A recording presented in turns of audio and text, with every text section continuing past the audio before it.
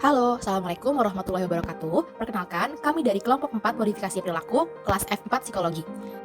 Pada kesempatan ini, kami akan memaparkan mengenai penerapan teknik feeding untuk meningkatkan motivasi belajar mahasiswa di kala pandemi yang telah kami lakukan. Pertama-tama, saya akan memperkenalkan terlebih dahulu siapa saja sih anggota kelompok 4. Jadi yang pertama ada Alvina Ratnaduhita, Farhan Ismail, dan juga saya sendiri yaitu Kansa Novia Nurrahma. Kemudian, untuk pokok pembahasannya sendiri, kami membaginya menjadi 4. Yang pertama, ada asesmen, kemudian ada rancangan modifikasi perilaku, kemudian target perilakunya, dan yang terakhir evaluasi. Baik, langsung saja kita mulai ke bahasan yang pertama, yaitu proses asesmen. Pada asesmen kali ini, kami menggunakan 3 metode berupa observasi, wawancara, dan juga kuesioner. Adapun teknik yang digunakan yaitu yang pertama, untuk observasi kita menggunakan observasi non-partisipan, di mana peran kami hanya mengamati subjek saja. Yang kedua, ada teknik wawancara. Kami menggunakan teknik wawancara semi terstruktur supaya menciptakan wawancara yang lebih santai, namun tetap mengacu pada guideline yang telah diberikan dan tetap bisa memberikan probing tambahan. Kemudian, untuk jenis kuesioner, kami menggunakan kuesioner tertutup yang dibagikan melalui Google Form. Kemudian, setelah dilakukan asesmen, didapatkan kesimpulan sebagai berikut. Yang pertama, perilaku motivasi belajar pada subjek masih tergolong defisit atau kurang. Kemudian, perilaku yang diamati kami bagi ke dalam 2 aspek motivasi belajar, yaitu pertama, ada aspek ekstrinsik dan juga aspek intrinsik. Pada aspek pertama, perilakunya berupa bertanya kepada dosen dengan raise hand untuk mendapatkan poin, mengerjakan tugas agar dapat bersantai seperti menonton, bermain, dan lain-lain setelahnya, dan belajar ketika ditemani teman atau keluarga ataupun seseorang di sekitarnya. Adapun perilaku pada aspek intrinsik yaitu yang pertama, mencatat materi perkuliahan untuk bekal ujian nanti. Yang kedua, mencari referensi melalui buku atau internet untuk menunjang proses pembelajaran. Dan yang terakhir adalah memperhatikan selama pembelajaran berlangsung dengan pandangan tetap fokus ke laptop. Setelah dilakukan asesmen pada perilaku sebelumnya, didapatkan bahwa perilaku pada aspek motivasi belajar ekstrinsik dan juga indikator perilaku berupa mencari referensi melalui buku atau internet untuk menunjang proses pembelajaran yang ada pada aspek motivasi belajar intrinsik pada subjek tergolong defisit.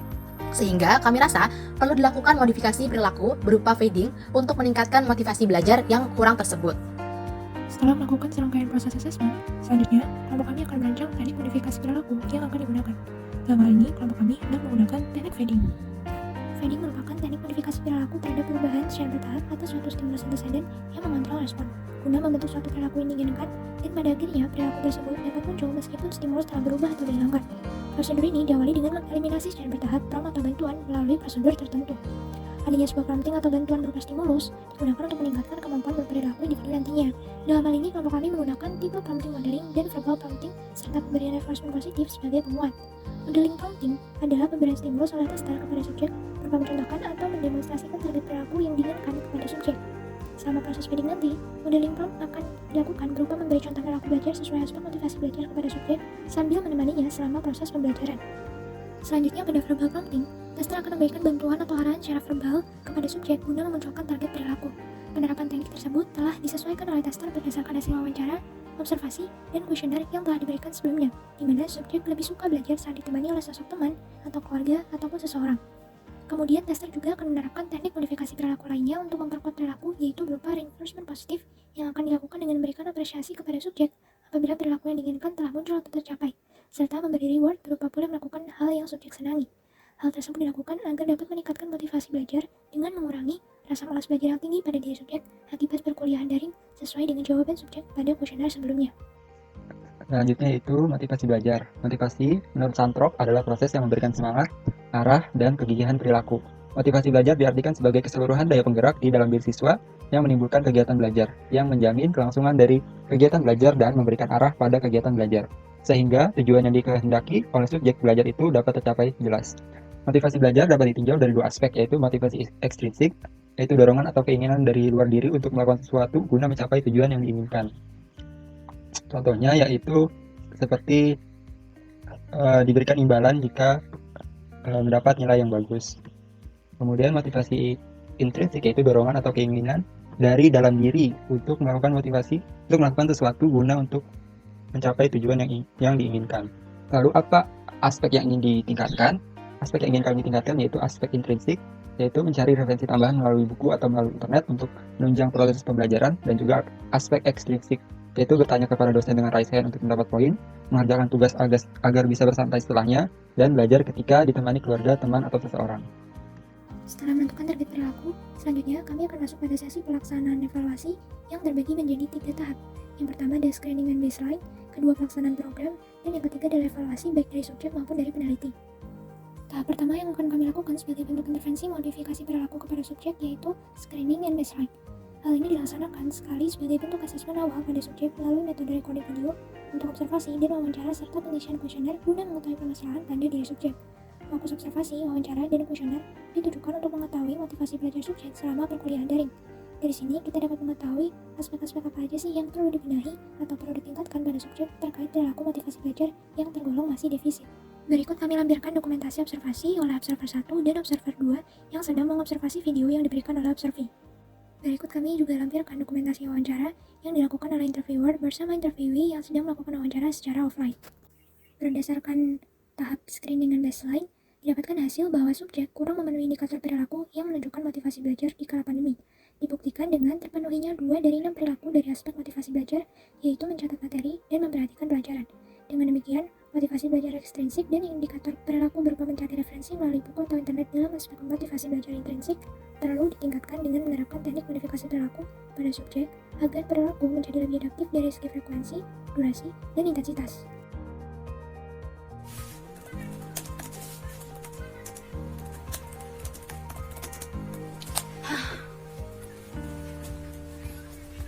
Kenapa? Ini dikasih tugas sama dosen, tapi materi yang dikasih dosen kurang, jadi sebenarnya itu deh kurang gitu, jadi belum selesai tugasnya. Oh gitu, kalau gitu kamu harus cari referensi tambahan. Gimana carinya? Kamu bisa cari di Google Scholar atau di Science Direct. Gimana nyarinya? Pertama kamu ketik scholar.google.com. Nah dari sini kamu cari deh materi yang pengen kamu cari. Coba materi yang pengen kamu cari apa? Teori kepribadian, bioscaling. Setelah itu kamu bisa cari yang paling cocok buat yang kamu cari. Contohnya ini. Nah kan langsung kelihatan tuh bukunya. Oh gitu, aku baru tahu. Ya, gitu. Jadi kamu bisa dapat materi tambahan selain yang sudah diberikan sama dosen. Terus tadi yang science itu apa? Apa bedanya sama Google Scholar? Kalau Science Direct itu berbahasa Inggris. Nah, kamu masuk ke webnya dulu, sciencedirect.com. Nah, kamu kalau di sini harus login dulu biar bisa akses ke jurnal dan buku. Nah, di sini. Coba kamu sekarang cari sendiri. Sekolah? Scholar.google.com.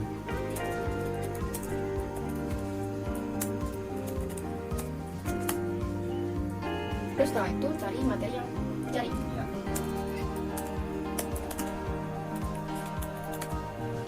Terus cari sama yang sesuai. Udah. Udah, selamat. Pada intervensi 1, subjek sedang mengerjakan tugas dan menemukan kesulitan dalam hal mencari referensi. Di sini, tester mulai memberikan modeling prompting dengan mencari referensi menggunakan Google Scholar dan Science Direct, serta menjelaskan bagaimana cara penggunaannya. Tester juga memberikan verbal prompt berupa arahan dan menjawab tiap pertanyaan subjek.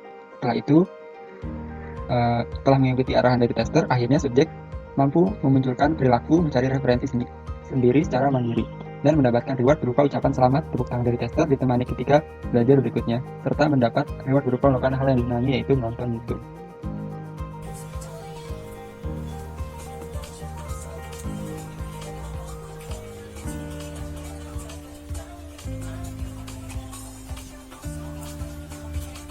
Ngapain? Udah gitu. Ini kamu gak ada tugas. Oh iya, aku ada tugas belum selesai. Nah, kamu kerja tugas dulu tuh biar bisa nonton YouTube lagi. Kamu emang ada kesulitan apa? Itu sebenarnya kurang, jadi mau pertanyaan dijawab. Kan kemarin udah aku ajarin buat coba aku bantuin. Pertama kamu ke Google Scholar. Terus cari Iya, kata kuncinya. Coba kamu cari materi apa? sensasi dan persepsi. Terus tinggal diklik deh yang paling cocok. Iya. Bisa deh kamu baca terus di download gitu. Ada kesulitan apa lagi? Ini dosennya nyuruh aku bikin daftar pustaka sesuai sama IP 7. Aku nggak ngerti caranya gimana. Oh, kamu bisa lewat Google Docs. Kamu ketik docs.google.com.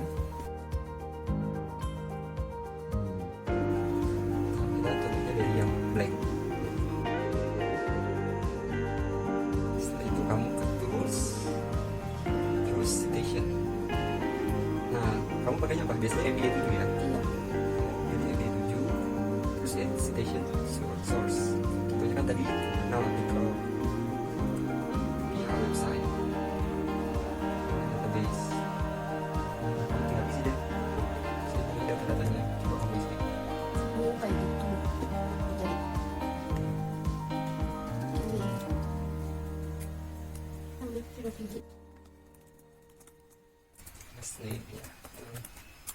Terus Artikelnya judulnya sensasi dan persepsi pada psikologi komunikasi. jumlah titelnya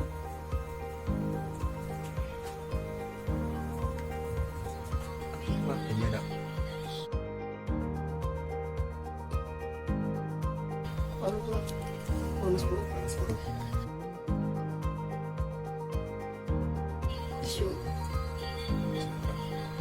Isu 1 ya. Isu 1 gitu. isu 1 halaman 17 sampai 25. Terus agitation source publish year 2019.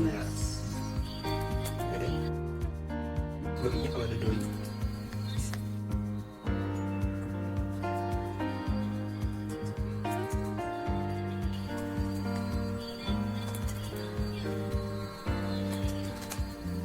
Terus agitation source Nah, kan langsung muncul kan?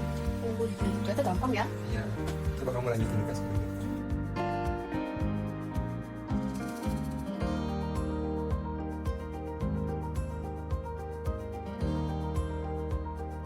Terus station udah deh tugas aku selesai. Nah, kalau selesai kamu bisa lanjut ke YouTube lagi deh. Yes, kasih kak. Nah, pada intervensi 2, tester datang dan menemani subjek belajar sambil menanyakan apakah terdapat tugas. Lalu, subjek terlihat kesulitan dalam menuliskan sumber referensi sesuai apa session. Di sini, tester mulai memberikan contoh cara menuliskan sumber referensi melalui Google Docs bagian tools. Tester juga meminta subjek untuk mempraktikkan apa yang telah dicontohkan tadi. Selama praktiknya, subjek tetap dituntun oleh tester dengan verbal prompt. Akhirnya, subjek berhasil menyelesaikan tugasnya dan mendapat reward berupa ditemani ketika belajar kembali dan boleh melanjutkan untuk menonton YouTube lagi. Tidak lupa, subjek juga mengucapkan terima kasih kepada tester dan dibalas dengan sama-sama oleh tester.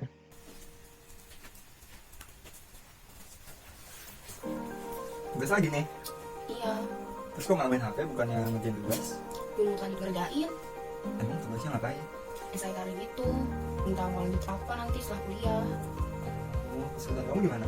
Aku belum tahu mau lanjut kemana setelah kuliah nanti. Oh, jadi kamu belum ada inspirasi. Mm-mm. Kalau gitu kamu coba cari inspirasi di internet. Misalnya kamu baca di website, buku, jurnal, nah YouTube. Kamu jurusan psikologi kan? Iya, Nah, coba kamu cari prospek kerja jurusan psikologi apa aja. Atau kamu bisa nonton dari YouTube. Waktu itu aku nonton ada yang membahas prospek kerja jurusan psikologi. Siapa tahu kamu setelah membaca jadi dapat inspirasi. gitu ya. Iya, coba nih ya, cari di YouTube buat kamu.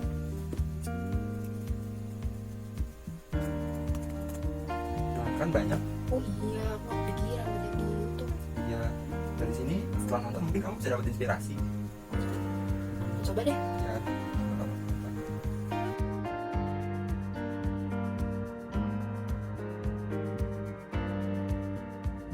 Nah, ya gitu bagus. Kan kamu jadi dapat inspirasi.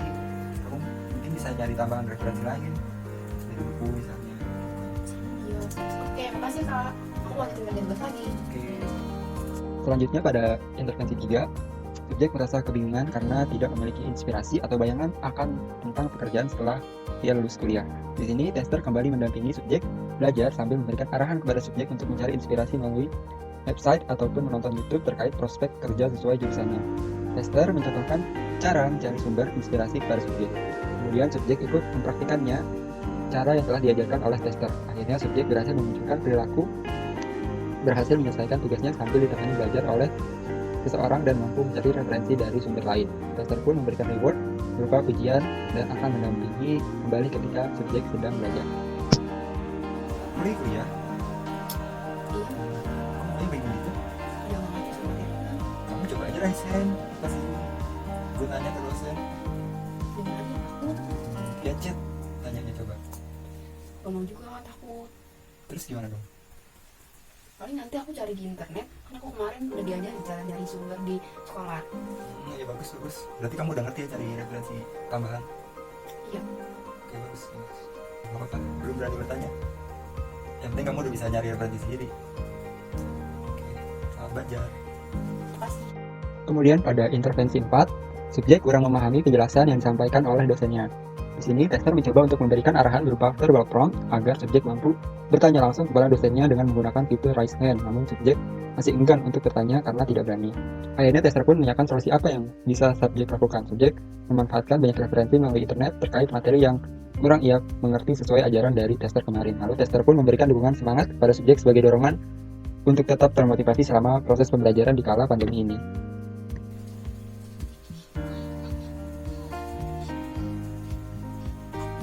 Iya, aku ada tugas. Padahal pengen nonton film, tapi ada tugas. Aku harus ngerjain tugas deh, biar bisa nonton film.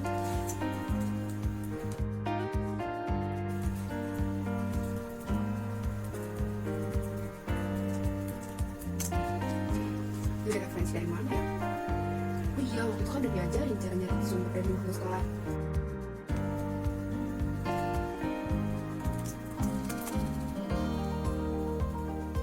Ya, gak ada yang cocok lagi. Terus dari mana ya? Oh iya, YouTube. Itu aku diajarin caranya nyari sumber dari YouTube. Nah, ada.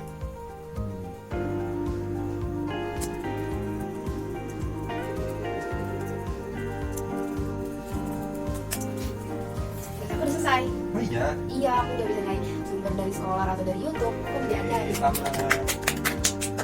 Sekarang aku bisa nonton film lagi deh. Kemudian pada intervensi 5 atau terakhir, tester mengamati subjek saja dan menghilangkan semua prompt yang telah diberikan pada intervensi sebelumnya. Subjek sedang duduk di depan laptop dan terlihat sibuk bermain handphone. Lalu ia tersadar bahwa terdapat tugas yang belum ia selesaikan. Akhirnya, subjek bergegas untuk menyelesaikan tugasnya terlebih dahulu. Selama mengerjakan tugas, subjek berhasil memunculkan perilaku mencari referensi dari sumber lain. Selang beberapa waktu, akhirnya subjek berhasil menyelesaikan tugasnya secara mandiri tanpa bantuan dari tester. Ketika tester bertanya, subjek menjelaskan bahwa ia telah menyelesaikan tugasnya dan berhasil mencari referensi. Tester memberikan tepuk tangan dan ucapan selamat kepada subjek sambil mempersilakannya kembali untuk bermain HP. Terakhir, saya akan memaparkan evaluasi yang diberikan dari subjek maupun peneliti terhadap pemberian teknik modifikasi perilaku ini. Yang pertama, dari subjek mengatakan bahwa intervensi yang diberikan telah mampu membantunya untuk meningkatkan motivasi belajar. Ia jadi lebih bersemangat untuk mengerjakan tugas terlebih dahulu supaya bisa melakukan hal-hal yang ia senangi. Kemudian, ia juga mendapatkan referensi tambahan melalui berbagai sumber berkat intervensi ini. Tetapi, subjek juga mengatakan bahwa perlu persiapan yang lebih matang untuk melakukan perekaman video agar menjadi lebih baik. Kemudian, karena lokasinya di dalam rumah, maka terkadang perlu komunikasi yang baik supaya tidak ada distraksi yang dapat mengganggu proses rekamannya. Selanjutnya, evaluasi dari peneliti yaitu observasinya cukup terbatas. Hal ini karena observasi dilakukan melalui video rekaman yang telah diambil oleh salah satu rekan peneliti yang merupakan kakak dari subjek. Di mana pada video tersebut angle yang ditunjukkan tidak sepenuhnya dapat diobservasi, sehingga peneliti hanya dapat mengobservasi hal-hal yang terlihat saja. Selanjutnya adalah keterbatasan waktu pemberian intervensi yang dilakukan oleh peneliti. Hal ini karena pada saat waktu pemberian intervensi bertepatan dengan momen lebaran, sehingga terdapat kesulitan untuk mencocokkan jadwal antara subjek dan juga peneliti yang memberikan modifikasi perilaku. Baik, itu tadi adalah beberapa pemaparan mengenai teknik fading modifikasi perilaku yang telah kami berikan kepada subjek. Semoga pemaparan tadi dapat bermanfaat bagi penelitian selanjutnya. Kurang lebihnya kami mohon maaf. Sekian, wassalamualaikum warahmatullahi wabarakatuh. Terima kasih telah mendengarkan.